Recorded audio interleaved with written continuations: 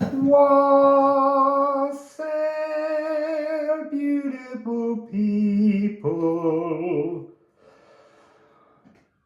You see, I really thought that was going to go wassail and go down, and then something said it had to go up. Eorgman Gandir on the bottom of the deck. I've just separated the deck. Hello, everyone. So I went for a swim yesterday and caught the sun a little, which is always very jolly, especially when you're trying to anchor into it. You can't see, it's hard to anchor into, but it was out yesterday. It's trying hard to get out today. I'm not going out in it again today. You have to be careful about exposure to the sun, especially when you're in the UK and you haven't seen any for weeks and weeks. So let's just let's just go in. Poi, poi, my boy, what do you want to share with us today? Interesting. And I am going to take it upside down. Mona, the moon, let go of the moon. It's so weird to be receiving this message about the instability that the moon gives us. Actually, I'm going to read you the poem on the moon before I show you the second card. So the moon's tune rolls round the heavens, toying with emotions. Sorry. I channeled these 3 years ago, and you know, I edited them with Kathy, and yet they now seem more relevant than they've ever seemed. So the ideas come through, I read the cards, and then it just confirms things that have clearly been, and that's this thing about things that unfold and things that alchemize. They're not instant. That's over through there on the other side of the veil. So let me start again. The moon's tune rolls round the heavens, toying with emotions through every revolution. The moon's tune hammers round the heavens, destroying our emotions to bring us evolution. Sweeping down and sweeping through us, sweeping up and clinging to us with feelings that don't have a place or fit our space, but settle and build a home inside us. Recognize the feelings that don't belong, refuse to home the broken song. Yeah, look, I've had a lifelong, as I'm sure many of you have, relationship with the moon, full moons, new moons, the joy of it all, without ever realizing quite what the moon is really doing to us, in that it makes us too erratic and we're trying to become very centered. So with Mona, remember Mona in Norse mythology, male energy and actioning energy. I would say actioning instability is what it's doing, and that's a really interesting concept. And it's come with Watergafal. And this is air. This is the mystical healing. This is understanding how slowly over time water can wear down the rocks. So these very fixed beliefs that we have, fixed philosophies, they just have to be given the space to wear away, to be transformed, to be reshaped. It's a very powerful energy, but it's also something, it's very difficult to almost to recognize the moment when you have control of yourself. I don't remember the moment when my energy became settled and stable, but it wasn't when I first met Poi Poi in Romania. I mean, I seriously went on a kind of spiritual crash at that point. And so, you know, it was a really, there was so much rage, fury, and I think some of it was stirred up when I went to Gozo and when my brother died, and had that energy of anger. I didn't even know that was in me, around the fact that, you know, he died when I was 17. And I guess because now I have no family left from my childhood family, that there was an anger that he should still be here, but he isn't. And so that kind of tipped yet more moon emotions of erraticness all over. Let's get some ceramics.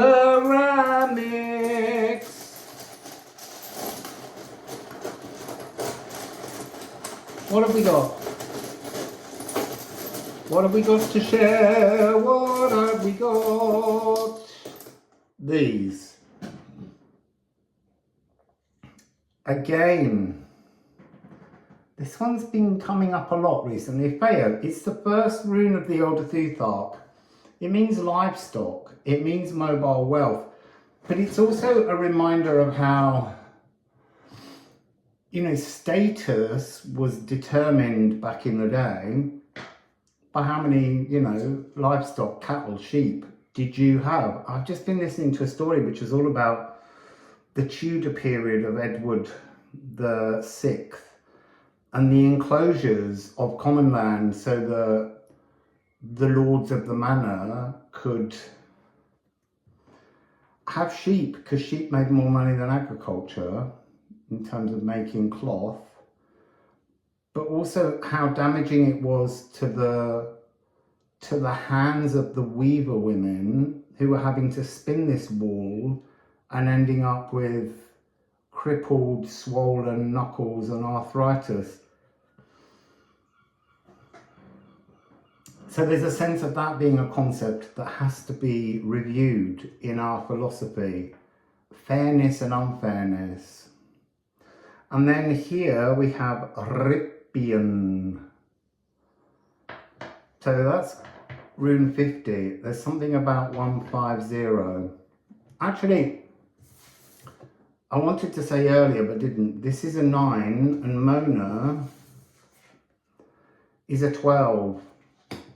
And that's, you see, I didn't even think about that, but in the new deck, there was a long debate about whether lunar eclipse or solar eclipse would be 13, because some years there are 13 moons, but 12 moons is more about years in which there's a rigidity, there's less expansion. There's a beautiful feather just floating down past the wall. So yeah,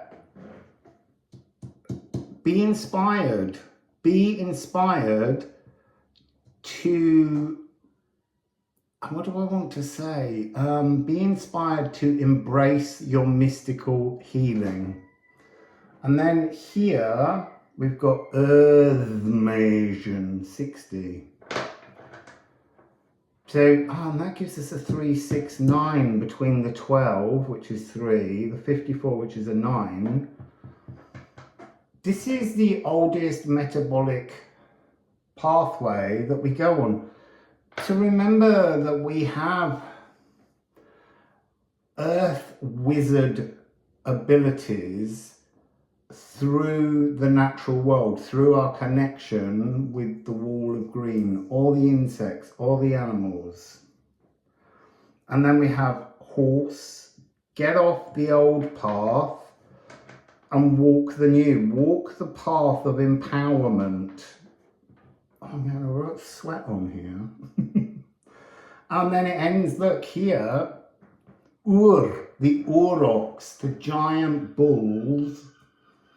Means to be untamable, but it's almost like, I want to say untangle from the moon so that you can go through to the 13 frequency moon, which is Flursa in this deck, and feel the energy of being free, being stable, being able to roam and do what you desire and not being controlled by anyone or anything.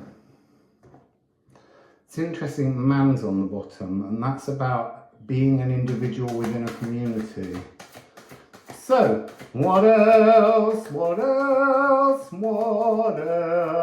do we have?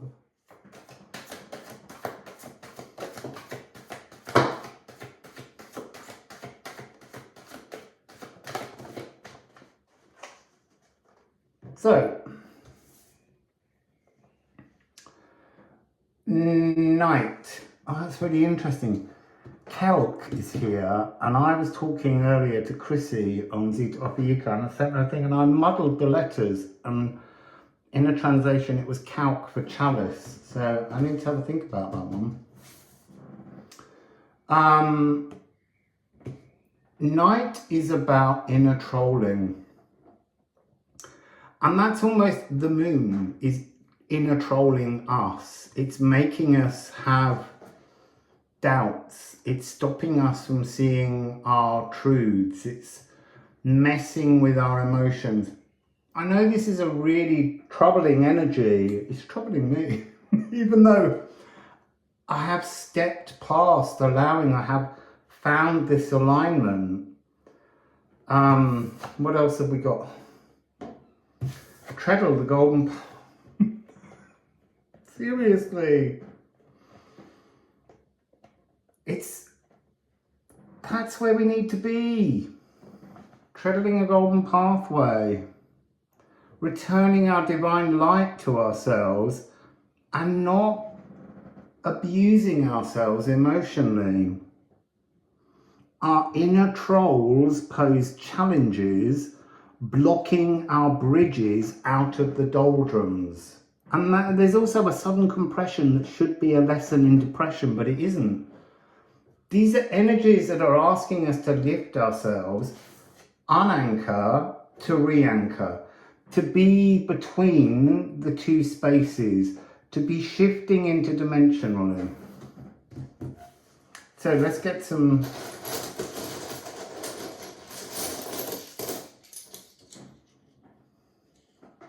So here we have oak. Support, but also coding. It's also about the coding inside an acorn knows how to become from an acorn, from a seed, over time, slowly alchemizing its life into a huge oak tree.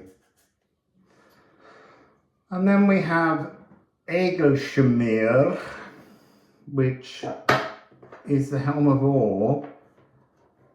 This is that energy when you stumble, because look, a lot of these readings at the moment are talking about us remembering existing in a whole different dimensional frequency, but being in this very heavy energy of the natural world on Earth, it's something where we just keep falling off the perch. We can't help ourselves.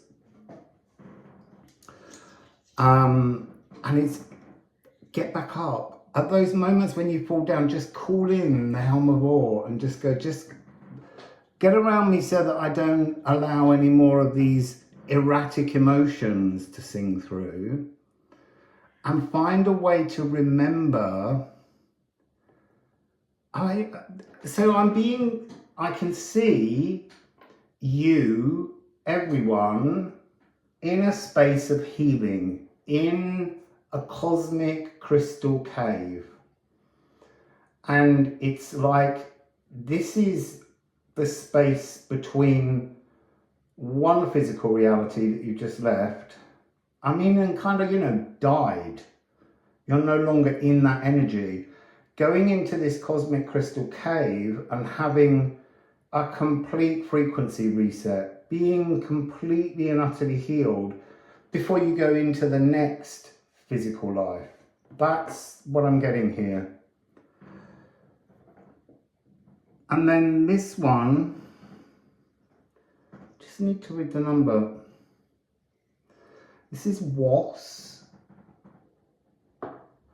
which is sap, the pressure of something rising within you. And I keep saying at the moment, the earth is trying to push new frequencies from the earth codes from the earth sun into your lives. And then we have 66, 12th, which is static needs. It's the space between, it's the mystical healing. It takes place in a stillness. It's something that takes place over time. It's something in which we review all that we have and all that we wanted but never achieved, so that we can align ourselves again, become emotionally stable, become a frequency of love in that cosmic crystal cave. And there's a lot of frequency sounds. The crystals are singing. There are beings that are also enhancing, comforting, and I want to say giggling, because there's something where in your most deepest, darkest despair, when you cry out for help and you think there's nothing coming to help you, you and this group of beings around you that are healing you are actually laughing because you couldn't know that you were being healed, that was all being offered, but you have to, or we have to, in our human life, make ourselves open to the energy of that golden healing, to accept that it's really there, to stop having cosmic doubt. Look, see, this is really where you are, in this crystal cave. This is hang true with you. This is all about your whole life being picked over,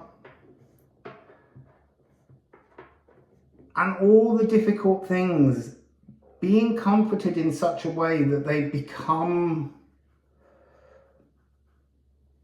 totally void of trauma. Even though at the time, I'm not trying to negate the feelings that we have, because I know those kind of feelings, but here in this realm, it's so loving, soothing, that there is no trauma. It's like you're having all your trauma that you couldn't rinse while living, rinsed while you're back in spirit.